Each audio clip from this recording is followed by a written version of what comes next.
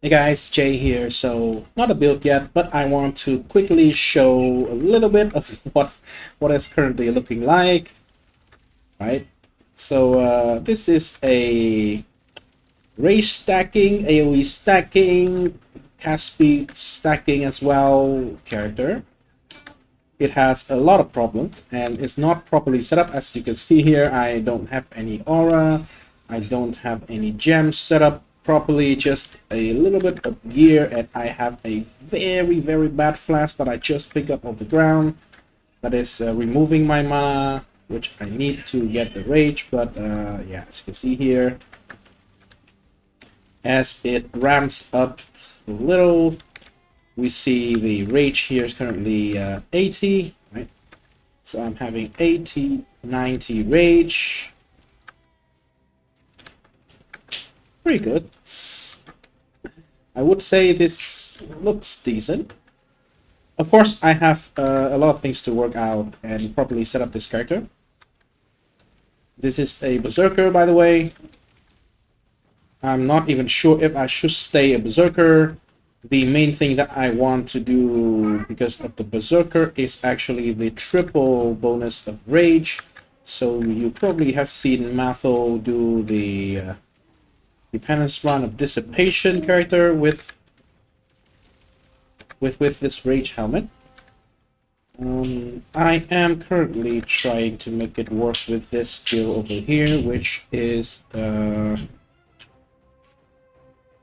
Absolution of Inspiring. So with spell Awakened Spell Cascade, this is what it looks like, right? Pretty damn impressive, not gonna lie. I believe I do have like the exact center of everything here, right here with this Berserker. I am having a five five explosion overlap. Basically every single one of this here is hitting the center, especially if this is a big target, then I already can hit it. My setup right now, well, it looks like this. I'm not going into detail. This is just like a sneak peek, right? Just want to show you something that I think looks pretty cool, which is this shit. And yeah, I am also using a little bit of a tech that not me, but other people discovered, and I think it is very strong and probably pretty damn strong for this particular setup, because I can take a lot of things around this area. I am using Piranha's Pact with 6% increased physical damage.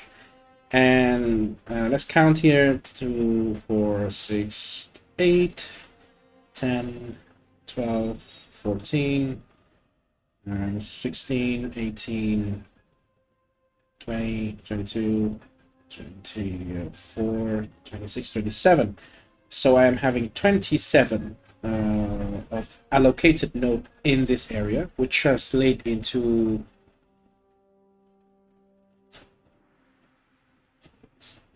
176%.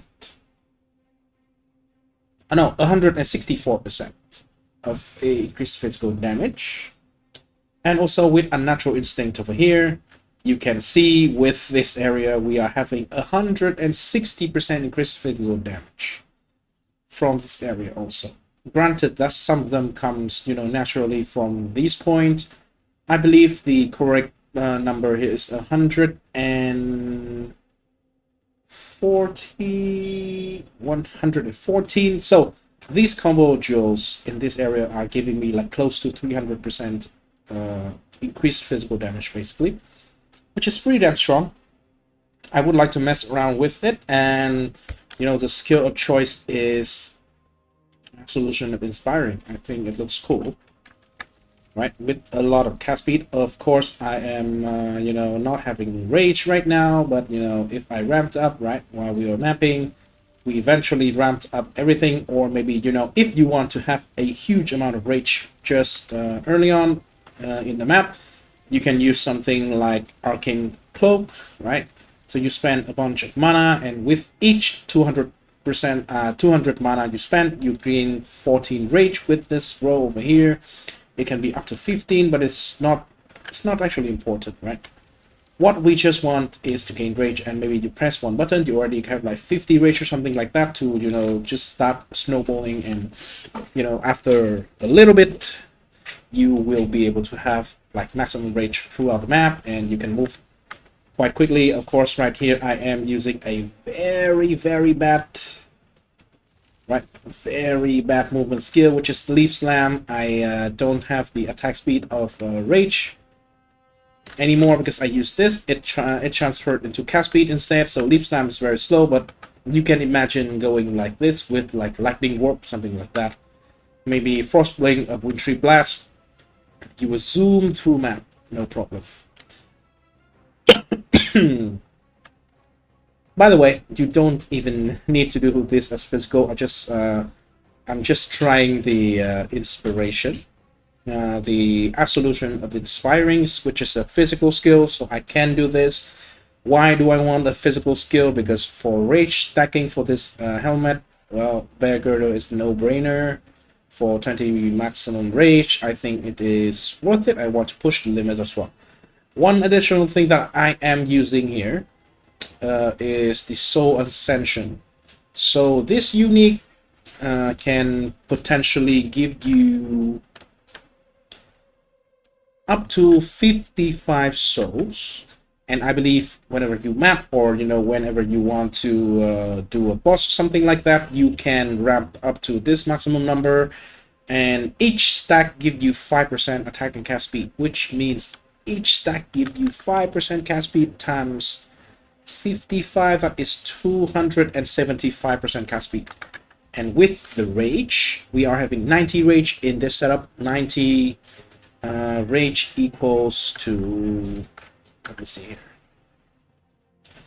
So 90 rage equal to 45% cast speed, 45% cast speed times 3 is 135% cast speed. So in total, these two items plus the rage stacking thing are giving us like what, 400 and something cast speed, which is a lot, right? And I am also trying to use it with the the Catch of Hand here. Greater Spell Echo unfortunately doesn't have any like bonus to cast speed, so I might not be using this one, but this staff is giving me some area of effect. I saw it for 2 divine, so I think just buy it and try it out, right? Yeah, of course, Caracas Jack for area of effect. Potentially, I don't need to use these 2 items. Potentially, if I see that the triple rage is actually not that worth it, because this class is giving me 10 rage here, triple the effect of rage, which basically is quite a lot of cast speed actually. 90% cast speed and like 180% spell damage. That is quite a lot. 40% more damage here, but it has the increased damage taken, and you know, this is kind of wasted, to be honest. I think I will probably make this one a Hierophant and go for mana route. Why? Because Hierophant is the class that has the most amount of increased area of effect built into the Ascendancy that we can achieve. The Hierophant is giving us up to 100% increased area of effect, and it is actually very achievable for a Hierophant setup. So I will go for probably like a hybrid mana stacking, hybrid charge stacking to go crit. That is probably what I will go for, but currently this is, you know, roughly just an idea, right? I mean, it looks great. Let's look at it again. Let's try to see again. It can be so much crazier. It can be just so much crazier.